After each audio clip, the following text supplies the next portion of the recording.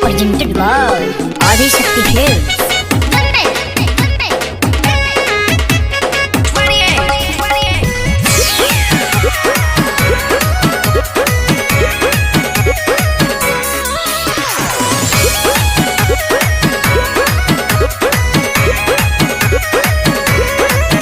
रउआ बाली बंगाल से ले आवे के बाद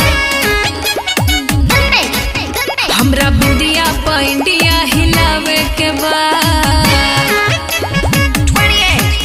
रउआ बाली बंगाल से ले आवे के बाद हमरा बिंदिया पैंडिया हिलावे के बाद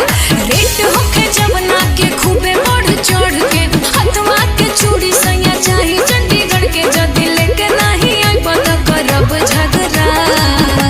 हे धनी हो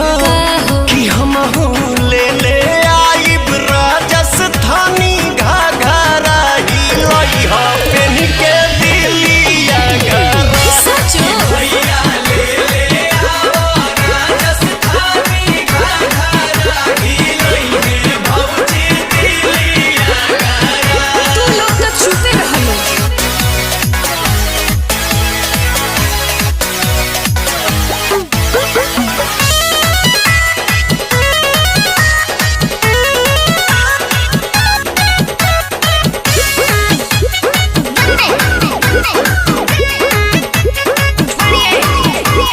गजिया बात के गजरा चाही गजरा कानपुर के पैजनिया पटना के चाही चलूंगी दहिया तूर के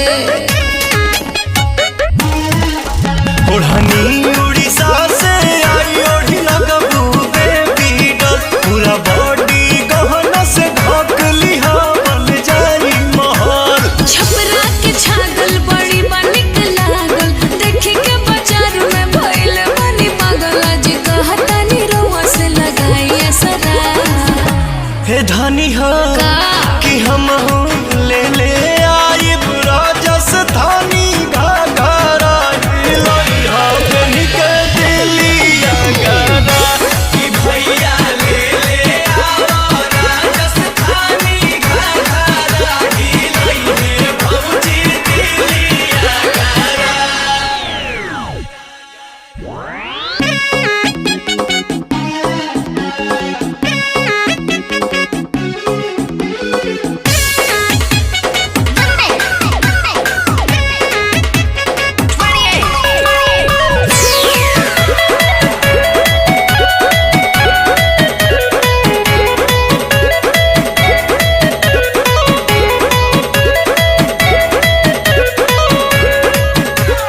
आखिरी छाला गलबा दिलवा में ई खाली